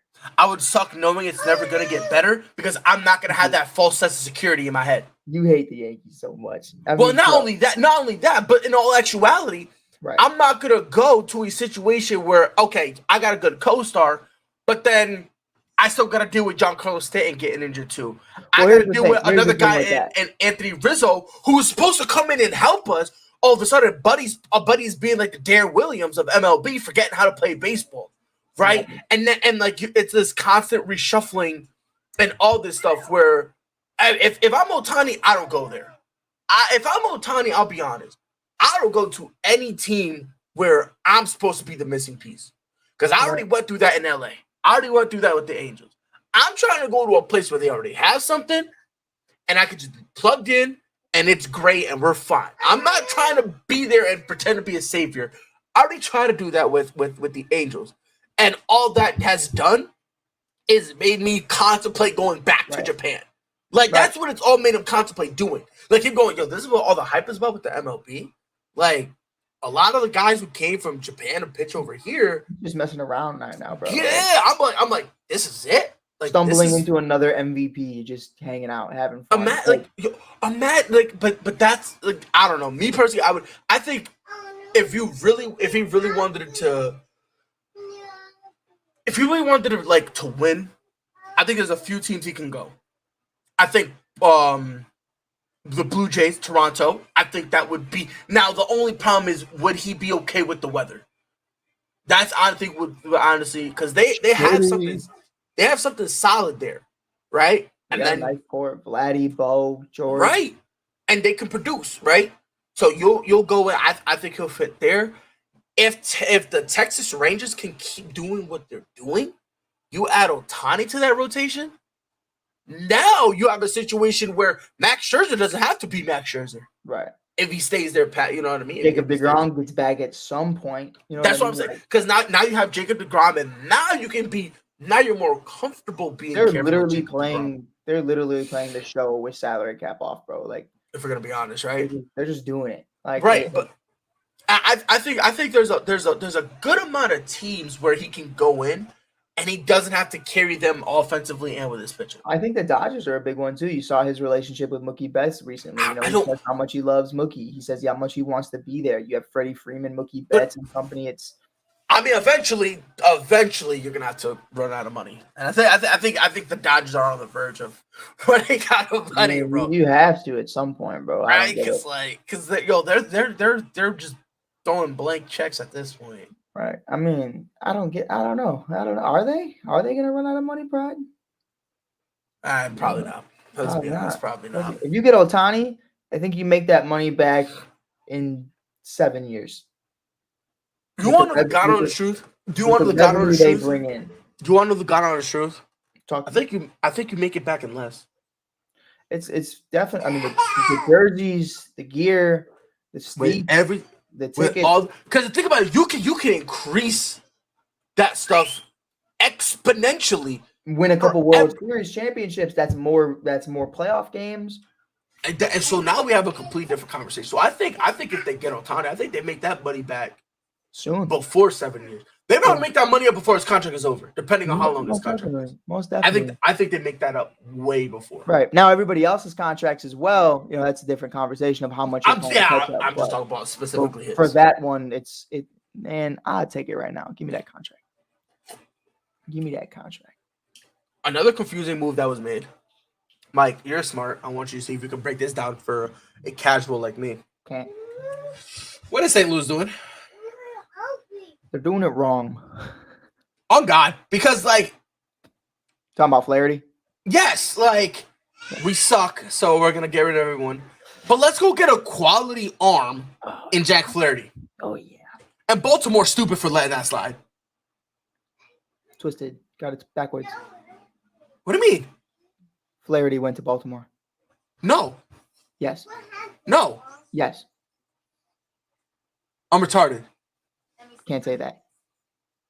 Damn, I'm retarded. Can't say that again. I'm retarded. Can't say that. I can't say what? I'm not saying it. We can't say that. Like, I was dropped on my head as a child. My fault. I can't read. My bad. I can't stand you at all. I was dropped on my head. Jack Flaherty's now. I'm sorry. Jack Flaherty to the Baltimore. My fault. Wow, now my take is completely opposite now. Talk to me. How are we feeling? No. Yes. So they got this wrong. Who are you looking at? I don't know. I'm just looking at some guy's Twitter. Hey, this whole time we've been saying the team's wrong. They're going to No. Mad. We're breaking down. Yeah, Josh Bell on the Guardians, bro. Can't believe Lols. that happened, bro. It's gonna be crazy. No. It was so I was watching. So I'm on CBS, CBSSports.com, and that's how I'm looking at it. And then they have they had a video playing up, and I was watching the video, and then it basically. So the way they did it was all the way on the left. They put the team, then they put the position, then their hand. then the position, then the name of the player, and then it said former team. Okay. So basically, the team that they're going from, and they basically said Jack Flaherty was going from Baltimore. Looking at that graphic, so I can't read. You know, my father never read me any bedtime stories, so I don't know what you want from me right now, bro. What's up, father? I'm so dumb. I'm so dumb. I can't read comics, bro. But no, man, I'm gonna make a statement right now. Let me hear it. You ready for this? Probably not. Let's clip it. 1544. Okay. The Baltimore Orioles are going to the World Series. Okay, you're okay. I think you're a little too ecstatic. You need to pump the brakes. I mean it so much. I'm not pumping the brakes. I'll tell you why. No, okay, tell me. Go ahead. You're saying they're definitively making it. Like, they are your team to come out of the AL in the World Series. They are my team to come out of the AL. All right, go ahead. Start digging your hole. First and foremost, Brandon Hyde, former bench coach of the 2016 Cubs. Amazing. I knew somehow. Amazing. I knew somehow they was gonna come back to the Cubs. Amazing. God damn it. Amazing manager. I love him so much. He's so great. Somehow I ended up with David Ross, who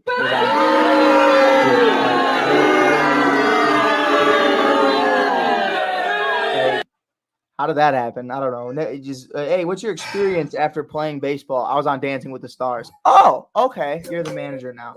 Key. But I got it. What's this? He said what? Sir. But Gunnar Henderson, Adley Ridley, all these other pieces that they brought in. They just brought in a Japanese star from Oakland. We didn't talk about that. Yeah. And I can't pronounce his name, so we're going to skip through it. But he has a 4 ERA currently right now with them after having an 8 ERA entirely with Oakland, which makes sense because if I was on Oakland, I would do anything to not be on Oakland too.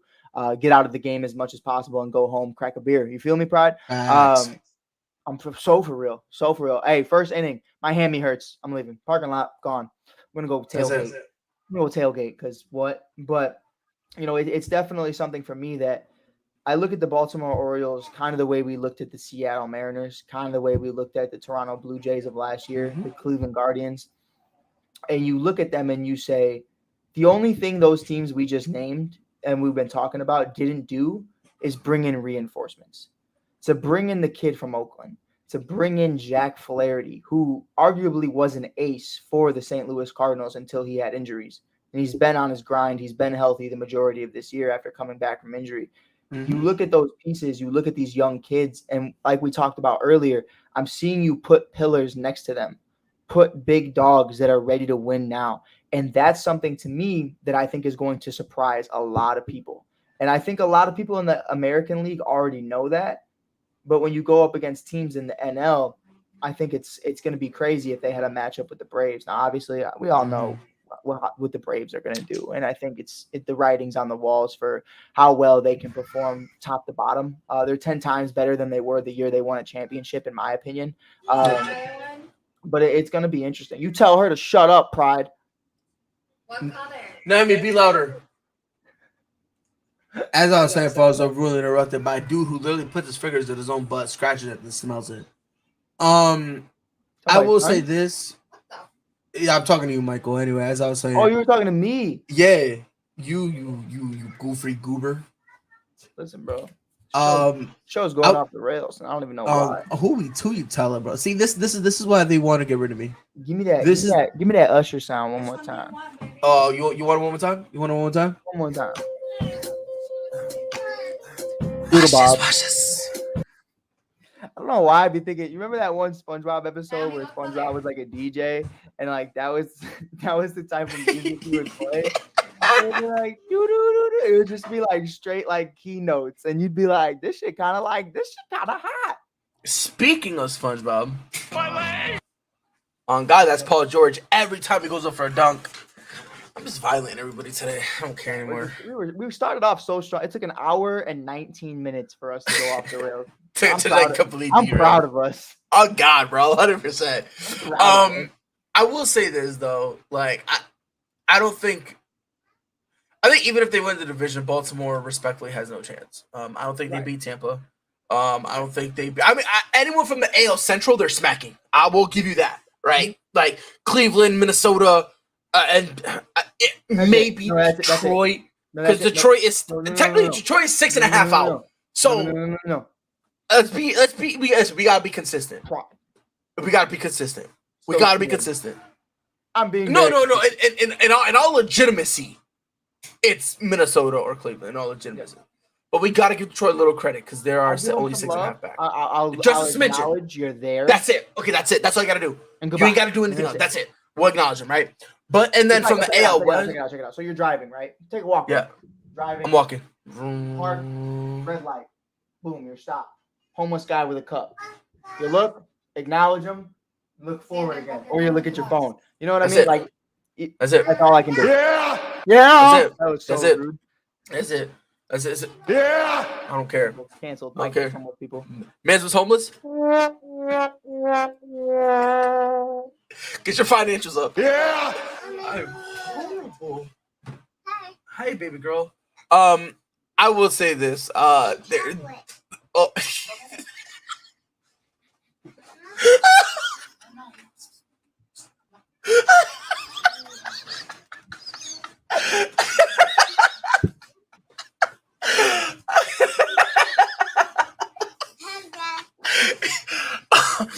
Yo, I love this soundboard. I love this soundboard. Oh Lord. Get your financials up. Oh man. Yo, Mike. Get your money up. That's your funny He up. goes to a financial advisor. He's giving him all the advice in the world. He'll be like, all right, that'll be $30. He's like, But I don't have it. what did we just talk about? We talked about it for 2 hours, bro. Oh, I gotta unshare this episode, bro. We're getting canceled. Nah, we're not. We're with it. William Knife Man. Oh God, bro. That's how you got homeless people screaming, bro, for some change. Oh man, what is wrong with me? What is wrong with me? What is wrong with me? I'm done. I'm done. I'm done. I'm done. I'm done. I'm done. I'm done. I'm done. I'm done. I'm done. I'm done. Okay, I'm done. I'm done. Daddy, what's that? Right now, Daddy's off the rails right now. Okay. Wow, color. Yeah. Okay. See, this is why I don't get invited anymore. This is why no one talks to me. This is why I'm be by myself in a corner, just like keeping my change to me, because let me shut up. God, man. All right, let me get back on it, Michael. Because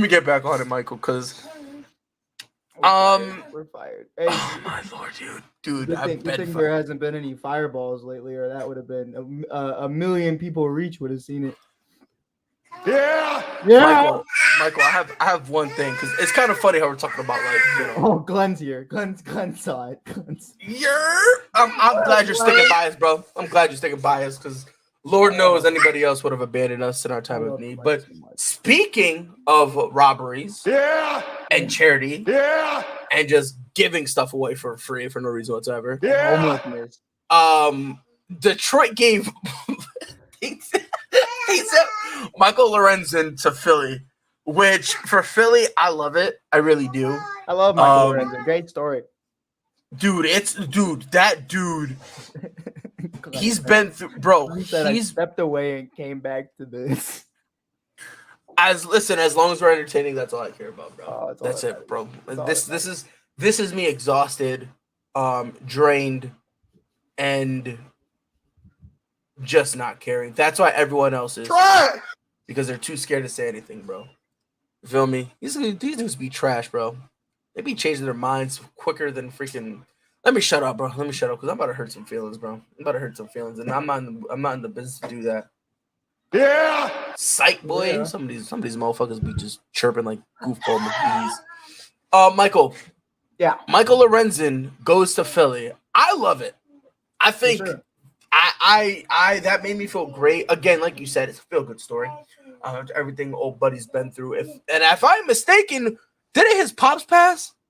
His dad died and he hit a home run the next day to his dad's favorite song, his walk-up song. Mind you, Yes, and like that was the part. that pride was the beauty of the National League having pitchers bat. That never would have happened in the American League.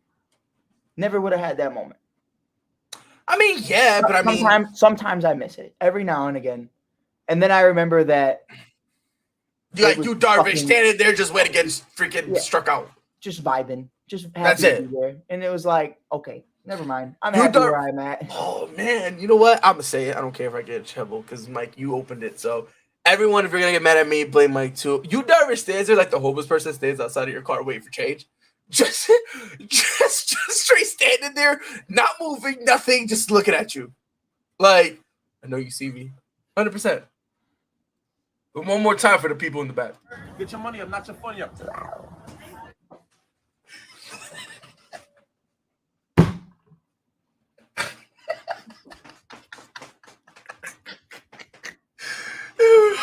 No. and for the coup de grace. Yeah. Come on, bro. Like, oh man, bro. Special place for us. 110%. But That's okay. the GOAT, Michael Lorenzen, bro. Mm-hmm. Love to see it, don't you? I do. I think it's a great move.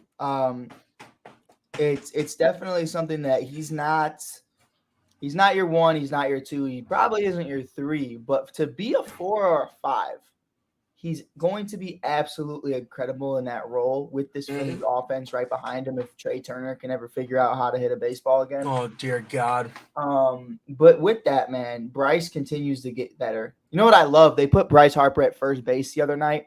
Dude, look like he's been playing first base his entire career. Not even that. It's wild. They said, Bryce, we're putting you at first to make sure you don't get injured. And then I watched him jump into the dugout to catch a ball that was going into his hands. And I was like, bump you. I will kill you. Like, I am so upset. Like, if I'm the GM, I'm like, dude, what is wrong with you? And Bryce is like, I'm just here balling, baby. He's literally like, oh God, that's it. He's literally like, he gives me WWE vibes so heavily. Yes. Like, he does not care. He will take a chair to the back and he will be back. You know what I mean? Like, nah, bro. He'll take it straight to the head, unprotected. Straight to like the hit him head. in the head and go boom, done, dusted.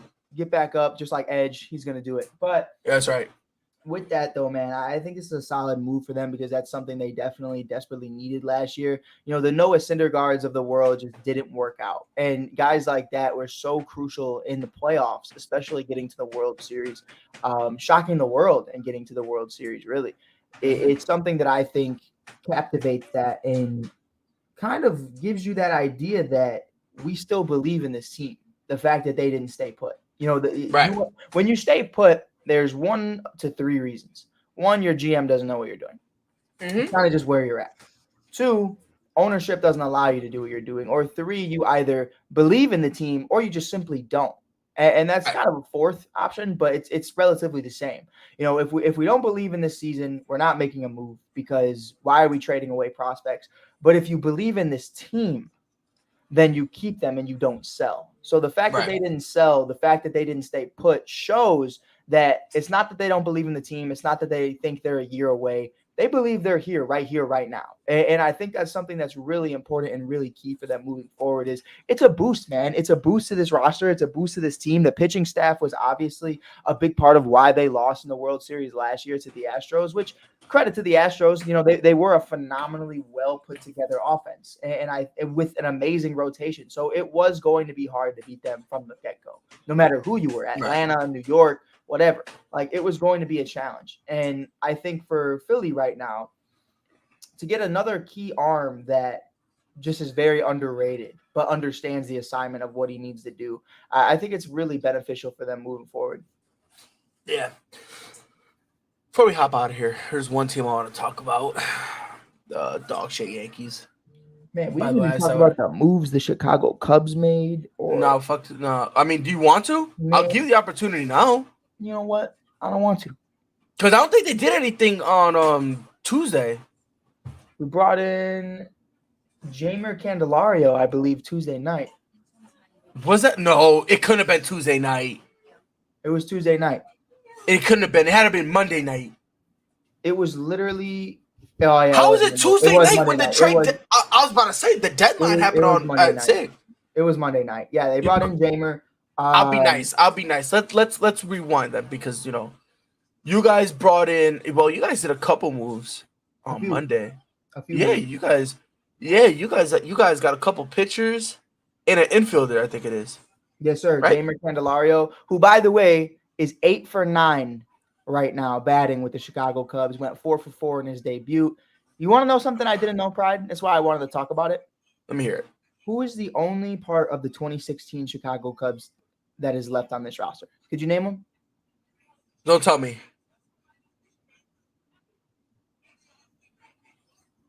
He's got to be on the bench. Just name him. Go ahead. Who do you believe? There's 2. Technically 1 that There's plays. 2? Technically 1 that plays. Hold on. Is it this kid? Did you guys have him, trade him, and he came back? So Kyle Hendricks, first one. Oh, my God. I forgot he was there.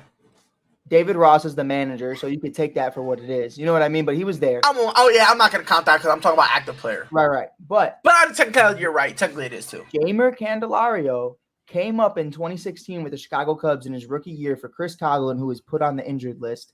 And he batted like 0.91, but he played enough games to be viewed as a World Series champion and get a ring. Traded away in 2017. He played third base. You had Chris Bryant, just won MVP. It wasn't happening. You know what I mean? Like, they let him go. Then they extended David Bodie, and he's been in Iowa ever since. So you'll love to see it. But with that, man, it's another part of that 2016 team that not a lot of people would recognize, not a lot of people talk about. It's actually pretty crazy because I myself didn't think he played enough games to even be mentioned in that. He definitely wasn't there in the playoffs. He wasn't even on the roster. But, hey, he's a World Series champion with the Chicago Cubs, and I think it's crazy. It is wild, bro. It is wild how, and especially a lot of the times when that happens, bro, when guys will start there, get traded, and next thing you know, come back a whole different person, man. Like right now, he's got 16 homers on the year. You know, he looks like he's not an all-star by any means, but he's a very solid player that you need in your lineup. Well on his way to being a well-rounded, low-end tier, above average third baseman. And that's something right now for me that he figured out in Detroit and figured out in Washington. And I think when you go to 2 shitholes like that, you start to be the best version of yourself because you get all the opportunities to do so. Exactly. And we also got Jose Cuellos, who has an amazing story. If you haven't heard it already, he obviously was a FedEx driver and he wanted to quit baseball. His brother Alex wouldn't let him. So another feel-good story. He closed out the game last night. 2 men allowed on base, and then punched out the side for a 16-6 win against the Cincinnati Reds, the first place Cincinnati Reds. We coming for that ass, Gonzo. We coming. I will say I do like Jose's stuff. I do like him. I like him a lot. I think his control is a problem at times. Yeah, but that's the thing. The problem with his control, it doesn't really become a problem after he starts trying to force. I kind of noticed this. He gives me a lot of Aroldis Chapman vibes. Dude, okay, I want to take you there. I want to take you there real quick. This is what I saw last night, really watching him in a Cubs uniform. You see the delivery, and it's Aroldis Chapman, but his setup reminds me of Craig Kimbrell. And he does the arm thing. Yes. And then but the way he throws, the velocity and the stuff isn't there, obviously, compared to Aroldis at 105, but it's definitely that kind of style. I love that you said that because I thought the same exact thing last night when I was watching him. It reminds me of Kimbrell and Aroldis, and I think if we can channel that, I think it's going to be a great thing. Yeah, and for me, it's just like, for me, it's like I said, it's kind of like the Aroldis Chapman effect, where you can throw some heat, but there's a sacrifice that comes with throwing that heat. Right. Your control is going to go away. Now, there are my also another concern I have for him is he's so eager to throw fast that when you kind of try to have him change speed and throw like an off-speed pitch or whatever, he still looks like he wants to rip it. Right. You know what I mean? And he has a hard time separating the two. Right. You know what I mean? And again, Aroldis Chapman had that same problem. He had the same problem when he was in Cincinnati, was able to control himself, then ended up being the best closer in all of baseball for a stretch, goes to New York, and granted, I thought he still was the best, but it was just, there were certain moments that kind of, I feel bad because he was doing very good. Well, I think Chicago also broke him, but you think Chicago broke him? We broke that man. We Pride, when I tell you, hold on, let me turn it back on. When I Go tell ahead. you, we destroyed that game. But during the World Series, during the playoffs, I know y'all ran him to the ground, but we were using this guy for 3 innings a game, like at one point, and it was like that was Joe Madden, but it had to be done. It was like, man, you're going up against these teams, the Dodgers, you're going up against the Giants, and the Giants in an even year, by the way, which was a huge deal back, and they were winning every other year. Every year, if it was an even year, the Giants are winning the World. It was them. It was them.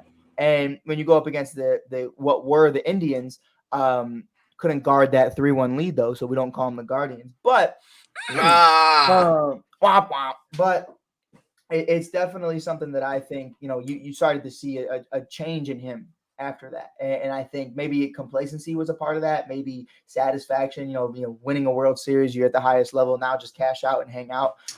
There's the Houston conversations too. He did very well until Houston in the playoffs, and that was the buzzer year. So there's the trash can year. So there's a lot that goes into it. The last guy the Chicago Cubs got, probably this was my favorite one. This was one that he's probably not going to be on the roster. He's in AAA Iowa right now.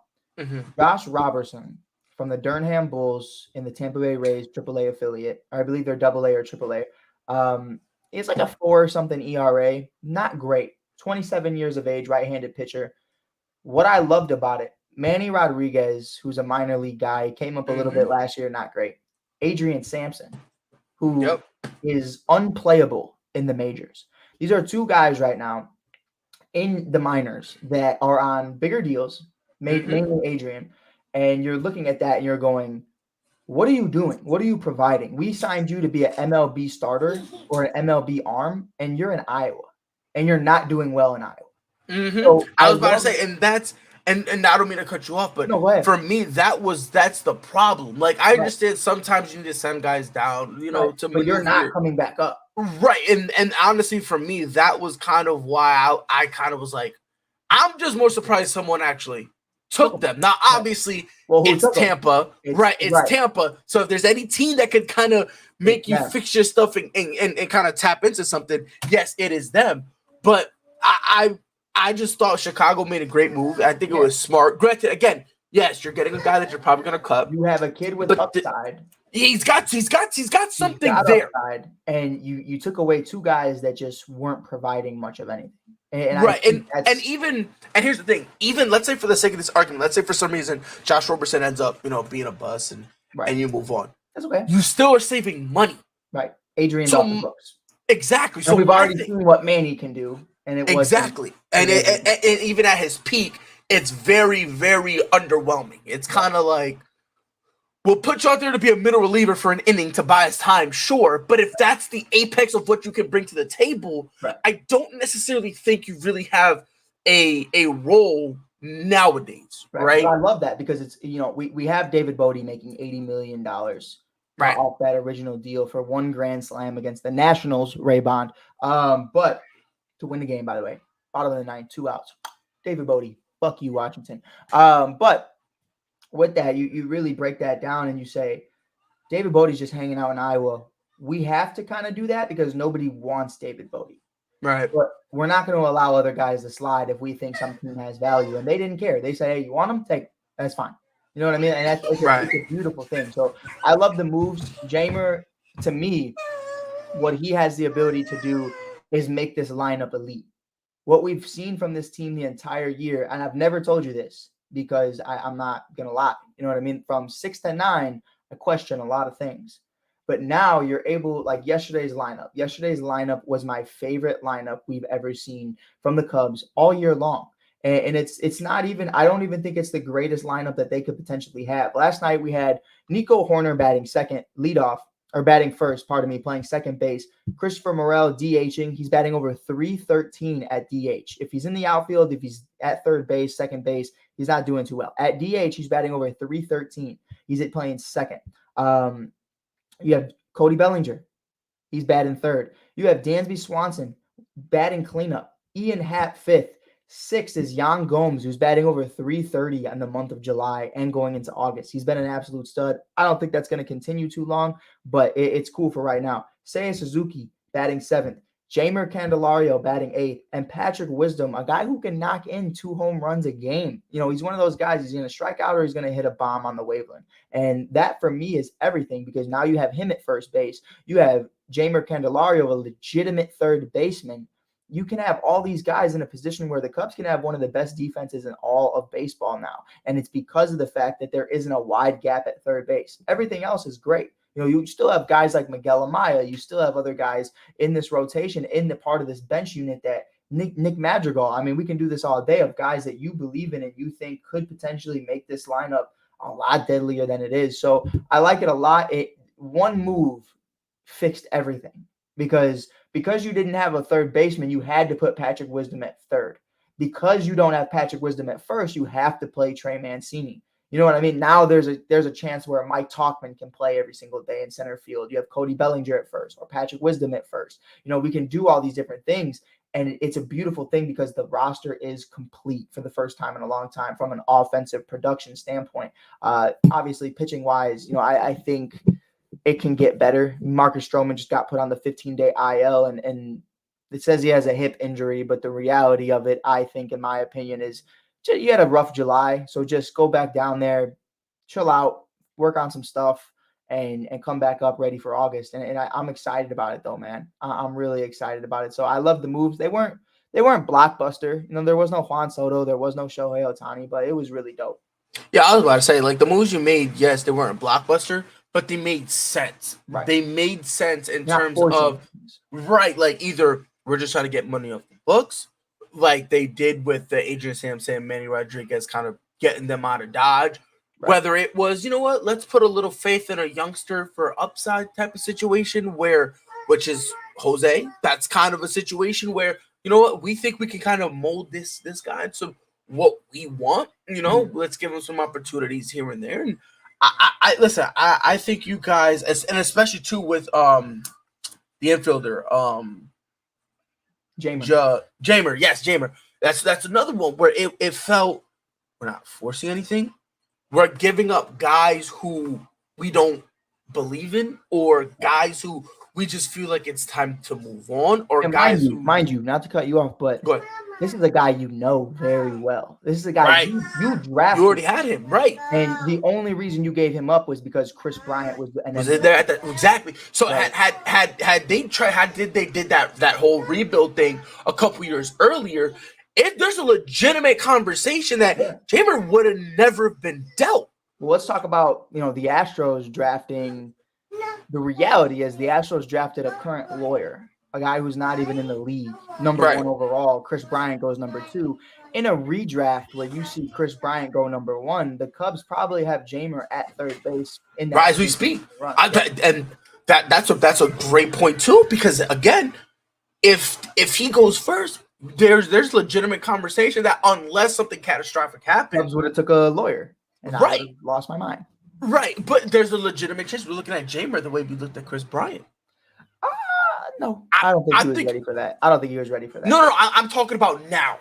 Oh, yeah, you know what I mean? Cornerstone third baseman. I don't think you're looking at an MVP or a but no, I'm saying there's like a cornerstone franchise guy that's holding down your position type of thing. Yeah, I think that's how. I think it's a possibility you're looking at him like that. And I meant to tell you too. So he wore number 7 the first time he came, right?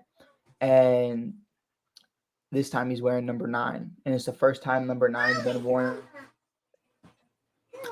And it made me think of you, and it broke my heart last night. But I was like, you know what? It's cool though. Like, it's time to move on. Let's ride. The only one I think you don't want to ever see again, in my opinion, is 44. I think they're definitely going to retire Rizzo's number. He's just been here 10 plus years. Everything he did. I don't think they retire his number. I think you have to. I mean, let's be real. Let's be real. Check this out, right? Take a walk with me. I'm walking. Ernie Banks, Mark Grace, Billy Williams, all the other greats, right? Ron Santo, Ryan Sanders. They retired all their shit. Where's their rings? Like, there was a 108-year curse. That's a good point. That's a good point. 108-year curse. And the Gold Glover, who was in MVP conversations every single year, been here for 10 years, the face of the franchise, first baseman, the captain of the team. How could you not? Okay. How could you not? When you sell it to me like that, I'll buy it.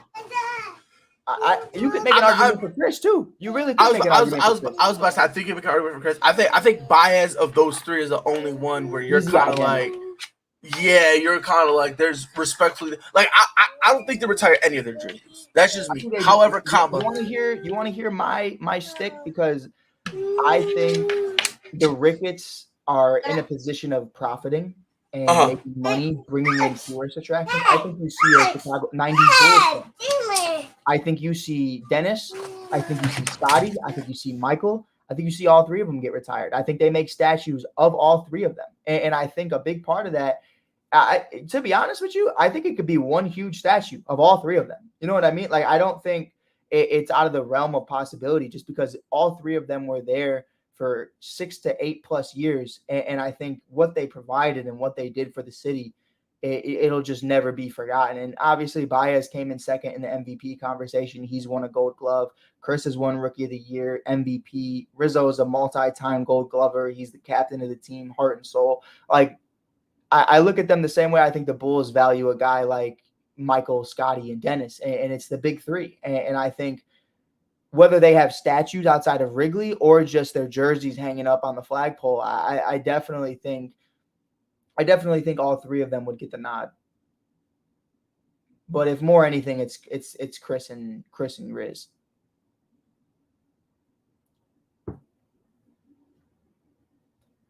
Pridely, sir, are you speaking?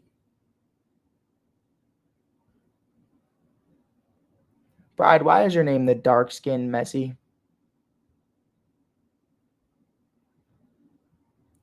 Man, we're sitting here. I don't know if you guys can hear Pride, but I can't hear Pride. So I'm trying to figure out what's going on. But let's remove Pride. See my face. Pride, are you back, sir? Yo, can you hear me now? I can hear you now, baby. Yeah, I don't know what the hell happened, but this thing is just tweaking. But anyways, my name is now Darkskin Messi. When he came, what it says. Yeah, that's my new name now. I thought you said it's not. I was like, I didn't make it up. No, 100% it is. When Messi came to Inter Miami, I was like, that's my boy. It then inspired a debate with me and someone about who's better, Messi or Ronaldo. Messi. And I was like, it's Messi, not even close. I do better. It's Mbappe. It's no, respectfully, no. I mean, no. And I like Mbappe. And I'm thinking about 5-6 years, so you can have a conversation, perhaps, maybe. Yeah, no, I was just right playing. Yeah, it's Messi. It's not even clear. And how I differentiate it, I look at it more as the LeBron, Michael Jordan argument. Right. If you want pure scoring, you're gonna go to Mike. If you want the best all-around player, you're gonna go LeBron. That's just logic. Oh, so Messi's LeBron? Yes. Okay. Ronaldo is he's a better scorer. He is.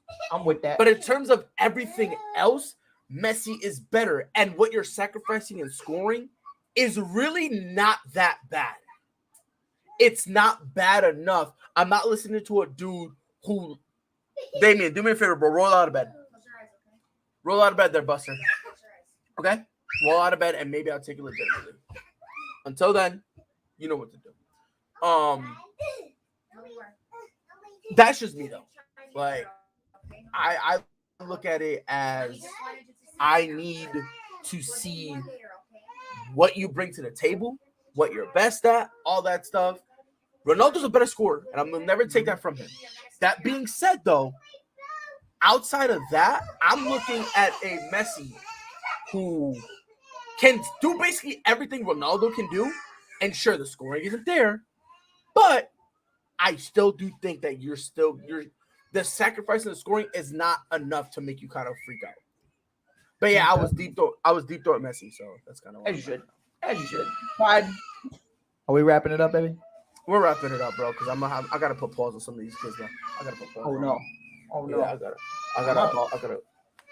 Nah, you good. But ladies and gentlemen, it's been the ASAP Afternoon Blitz, all baseball edition. This was fun. And Messi and homeless people. Yeah, 100% homeless people. I started the thing, so I can't even do it. But yo, get your money up, not your funny up. Go outside, don't socialize, work aside. That's what that need to do, right? Go work. Get a job, bums. It's been your boy Pride on behalf of Mike Huggies Hughes. It has been a privilege and an honor. Mike, any final words before we get up out of here? Cubs are back. That's all I got. Cubs are back. We're ready to go. Ready to get rolling. 2 games out of the wild card. 2 games out of first place. Gonzo, I'm on your fucking head, baby. Get your money up, not your funny up. Pride. Love to hear it. By the way, Mike, I know you have a new friend, so I'm not gonna bother you too much, bro, because Who's my new you friend? and your new friend, you already know who it is. But on behalf of Mike, it is your boy Pride. Genuinely don't. Everyone else will be back here tomorrow. My bum ass is probably gonna be at work. I hate working. I hate that job. But everyone here will catch you tomorrow. Until then, y'all know what to do. Be safe. Whole sports, all plays. Yeah. Whole sports, all plays. Whole sports, all plays. 365, we making a plays. You talking the game, get you to the days. We're high in the court, the dime in the lane. Variety, topics, living the same. All presentation, sports information. In the airways, taking the nation. All sport, all plays, like working your faces. Grace at the field, so tie the laces. Whole sports, all plays.